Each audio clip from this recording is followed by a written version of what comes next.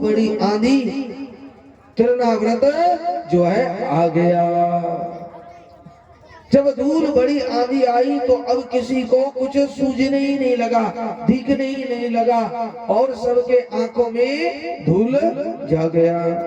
अब वही तिरनाव्रत जब नंद बाबा के आंगन में चक्रवात के रूप में घुसा तो देखा अरे यहीं पर तो पालना पड़ा है, और उसको ले करके आकाश में उड़ गया। कन्हैया आकाश में ही उड़ते हुए पूरे वृंदावन की छवि को निहार रहे हैं। कह रहा ये देखो ललिता का घर, ये विशाखा का घर, ये श्रीदामा का घर, ये सुदामा का घर। देखते हुए जब वो तिरनाव्रत मथुरा की तरफ ले जा रहा था तब कन्हैया ने कहा अभी मथुरा नहीं जाना, अभी तो यहीं की लीला करनी है, चल इधर। और उसका गला जोर से पकड़ लिया तिरनाव्रत का। जब जोर से गला पकड़ लिया तिरनाव्रत छटपटाने लगा, और तिरनाव्रत सोचने लगा कि कहीं गलती से हम पत्थर ही तो उठा के नहीं ले आए।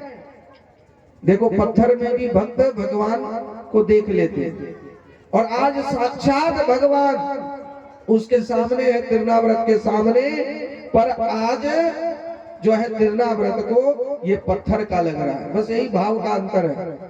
भक्त जो है वो पत्थर में भी भगवान को देख लेते हैं, और जो आसुरी वृत्ति का नास्तिक होता है उसके सामने भगवान भी होता है तो वो समझ नहीं पाता है, पहचान नहीं पाता है। भगवान ने सोचा कि हम तुम्हारे सामने हैं और तुम हमको पत्थर का सोच रहा है, तो ले तुझे पत्थर पे पटक करके ही तेरी बुद्धि ठीक करते हैं। और उसको बिल्कुल उसी नंद बाबा के आंगन में जो शिला रखी थी, पत्थर रखा था, वहीं पर जोर से पटका, और वहीं पर तिरनाव्रत का गोविंदाय नमो नमः बोलने प्रेम से भक्तवत्सल भगवान की।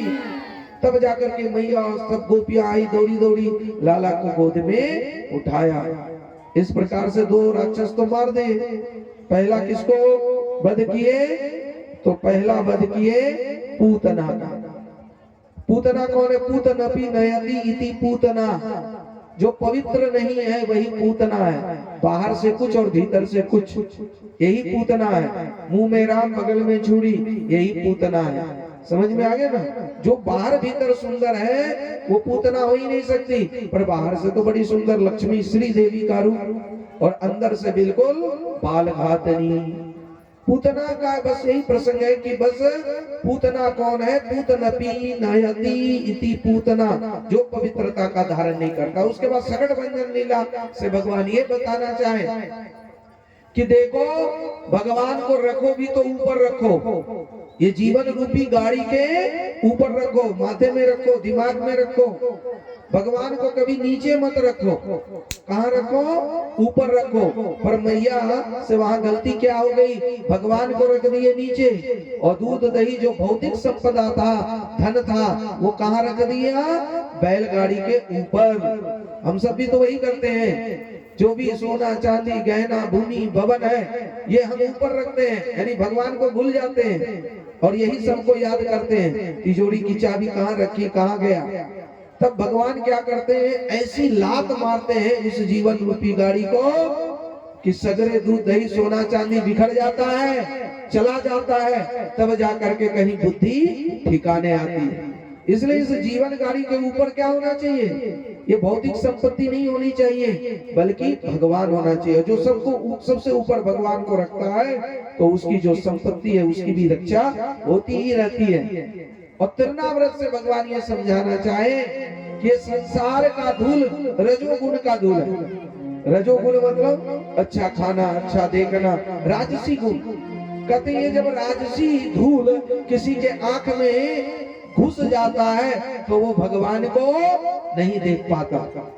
भगवान को देखने के लिए रजोगुण की धूल से बचना पड़ता है, और जिसके सबके आंख में घुस चुका था, इसलिए भगवान को कोई नहीं देख पाए, तो भगवान ने उस रजोगुणी धूल को शांत किया, तब जाकर के कहीं भक्त को भगवान दिखाई पड़ा। इस प्रकार सक्टासुर और तिरनाव्रत के वध के बाद भगवान के यहाँ नंद बाबा के आंगन में गर्गाचार्य जी महाराज एक दिन पधारे। गर्ग पुरोहितो राजन यदु नाम संवितः ब्रजजानं वनश्य वसुदेव प्रचोदितः। वसुदेव जी ने ही उनको प्रेरणा दी कि आप गर्गाचार्य जी, आप यहाँ के कुल पुरोहित हैं, वहां जाकर के वो वास्तविक हमारा ही बेटा है, उसका नामकरण करके आ जाइए। तो गर्गाचार्य जी आए, नंद बाबा बहुत प्रसन्न हुए। गर्गाचार्य जी ने कहा देखो, नामकरण संस्कार तो करेंगे पर संक्षिप्त रूप से, गुप्त रूप से। कहा गौशाले में ही कर लो तो कोई जान नहीं पाएगा, नहीं तो धूमधाम से करोगे, कंस को कहीं खबर पड़ गई तो विघ्न बाधा पहुंचाने आ जाएगा। तो नंद बाबा ने गौशाले को नीपा पोता, साफ सफाई की और वहीं पर विराजित किया गर्गाचार्य जी महाराज को। और रोहिणी एवं मैया यशोदा से कहा अपने अपने बालकों को ले आओ। मैया यशोदा सोचा पता नहीं कैसे संत है, पहुंचे हुए हैं कि नहीं, थोड़ा परीक्षा भी होनी चाहिए। तो क्या किए, मैया यशोदा ने बलराम जी को गोद में ले लिया और रोहिणी के गोद में भगवान श्री कृष्ण को दे दिए और दोनों लेकर के गर्गाचार्य जी महाराज के सामने पहुंचे। गर्गाचार्य जी महाराज की दृष्टि जैसे ही रोहिणी के गोद में जो है स्थित भगवान श्री कृष्ण को देखे तो उनकी समाधि लग गई। अब आंख खुले ही नहीं, क्योंकि भगवान विष्णु के बहुत भक्त थे गर्गाचार्य जी।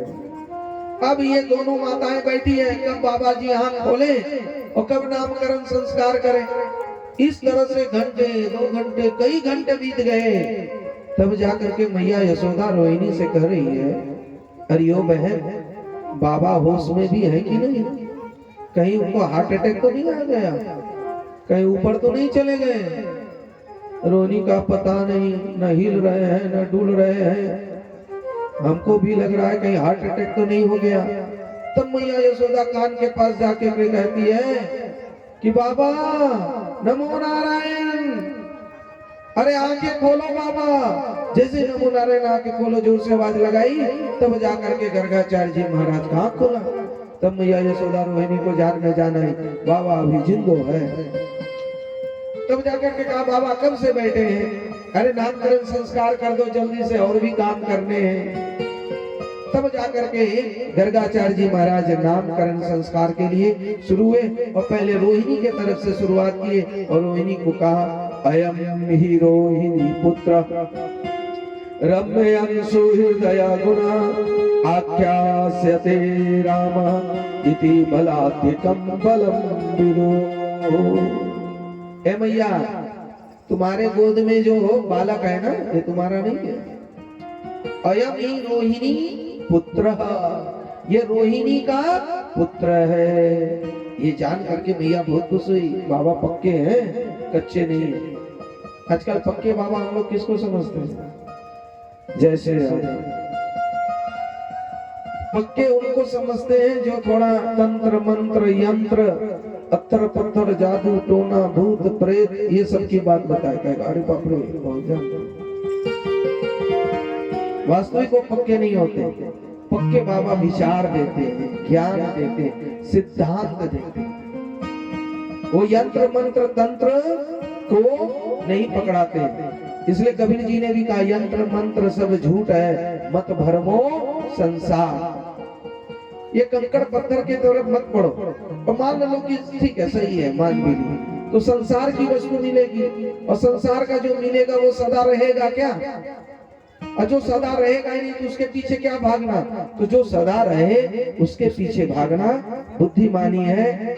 इसलिए अविनाशी के चरण में गोपाल मंडल बिनोवा के चलो 50 रुपये भले काट दिए हो। निरंजन बेगूसराय से आए हुए हैं, तो बेगूसराय से आए हुए निरंजन जी 51 रुपये से व्यास पूजन किए, बहुत बहुत धन्यवाद।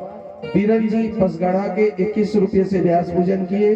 दिलीप मंडल 52 रुपये से और पीरो कुमारी बिनोवा की ही है, वो 50 रुपये से व्यास पूजन किए। बहुत बहुत धन्यवाद, साधुवाद। आप सब इसी तरह से जो है भगवान की भक्ति में लीन रहे, सुख शांति की अभिवृद्धि होती रहे।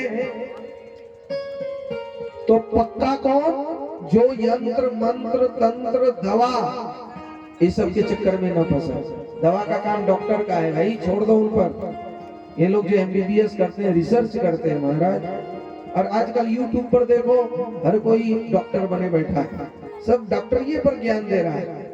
और जो बीमारी कभी ठीक नहीं हो सकती है ना, उसी पर ज्यादा ज्ञान देते हैं सब। डायबिटीज, अभी तक दवा नहीं निकला महाराज, अभी तक कोई दवा नहीं है डायबिटीज की, कंट्रोल करने की है पर क्योर होने की नहीं है। और I am saying this because I am also doctor, हम भी डॉक्टर हैं और हम भी अपना ऊपर लिख दिए थे बोर्ड में कि वी क्यों, माने वी चेकअप, हम देखते हैं पर ही क्यों, वो जो है वो भगवान ठीक करते हैं, हम नहीं करते। और दवाई के बारे में जब रिसर्च किए ना तो हमारे तो विश्वास ही उठ गया। होम्योपैथ का हम बिल्कुल निःशुल्क चिकित्सा करते थे, ऐसे आ जाना मत, हम इसलिए नहीं प्रचार कर रहे हैं कि हम डॉक्टर ही जानते हैं और सब आ जाओ, भीड़ लगाओ, लाइन लगाओ, क्योंकि जो ये मानसिक चिकित्सा कर रहे हैं इस चिकित्सा में आ जाओ, शारीरिक चिकित्सा के लिए डॉक्टर है। मेरा कहने का मकसद ये है। और नीम हकीम खतरे जान, नीम हकीम खतरे जान, इसलिए ऐसे झोला सा डॉक्टरों से भी बचो। और जो कि बिल्कुल सर्टिफाइड डॉक्टर है, और वो भी डॉक्टर आजकल करते, तो फिर जाओगे तो कहाँ जाओगे, तो कम से कम अंधा में क्या कहते हैं, काना राजा, अंधा में काना राजा, वही ठीक है। तो कम से कम काना राजा को ढूंढो, और बिल्कुल अंधा को राजा पाओगे तो अंधेर नगरी चौपट राजा, टके सिर भाजी टके सिर खाजा हो जाएगा। तो भाई ये दवा दारू का काम डॉक्टरों पर छोड़ो, और जो झाड़ फूक करते हैं वो संत नहीं हो सकते। क्या करना है उसको, हाँ भौंक गया है, बौखा दिया है, बौखा नहीं है। जो एक बच्चे को नहीं संभाल सकता भगवान को क्या संभालेगा। ये सब डिस्टर्ब करने में किसको अच्छा लग रहा है, किसका बच्चा है, थोड़ा सामने आओ तो उनको लाओ, कैसे बौखा थोड़ा हम भी देखें। अभी नहीं संभाल पा रहा, बड़का होगा दोनों ने संभाल पाएगा। किसका बच्चा है भाई, ना उठा के ले आया।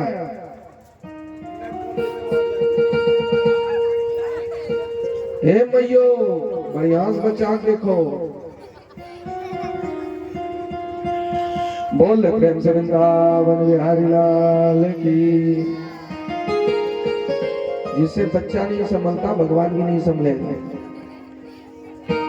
इसलिए जो स्वार्थ को जानता वो परमार्थ को भी समझ सकता है, और हम स्वार्थ को भी नहीं जानते, अपने हित की बात भी नहीं जानते कि हमारा हित किसमें है। जो मन में आया खा लिए, जो मन में आया देख लिए, जो मन में आया पहन लिए, बस मनमुखी है हम लोग, गुरुमुखी नहीं है। गुरुमुखी मतलब ज्ञान, गुरुमुखी मतलब ये नहीं कि हमसे दीक्षा ले, दीक्षा तो हम देते, हम जानते हैं वो कहीं ना कहीं लेगा ही, कहीं लेने जा रहा था, हम भी चलो, सब झूठ मूठ का खेल चल रहा है, ये गुरु डूम का खेल चल रहा है।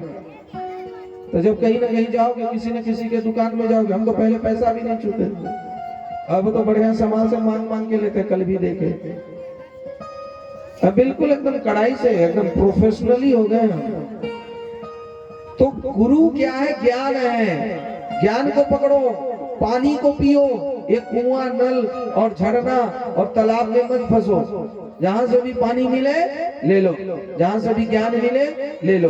पर हाँ, एक कुआं एक कल उसी को तो पकड़ना पड़ेगा, पर उसको भी एक माध्यम रखो ज्ञान की प्राप्ति के लिए, जल की प्राप्ति के लिए। तो यदि किसी को चाहिए तो आप आइए, आइए तो व्यक्तिगत प्रश्न को लेकर के आइए, सामाजिक प्रश्न को नहीं, कौन क्या करता नहीं करता। और कभी भी संत के पास जाइए, किसी ज्ञानी के पास जाइए तो व्यक्तिगत समस्या का समाधान करने का प्रयास करिए, क्योंकि आपका इलाज होगा तो आप सुखी होंगे, और दुनिया क्या है नहीं है।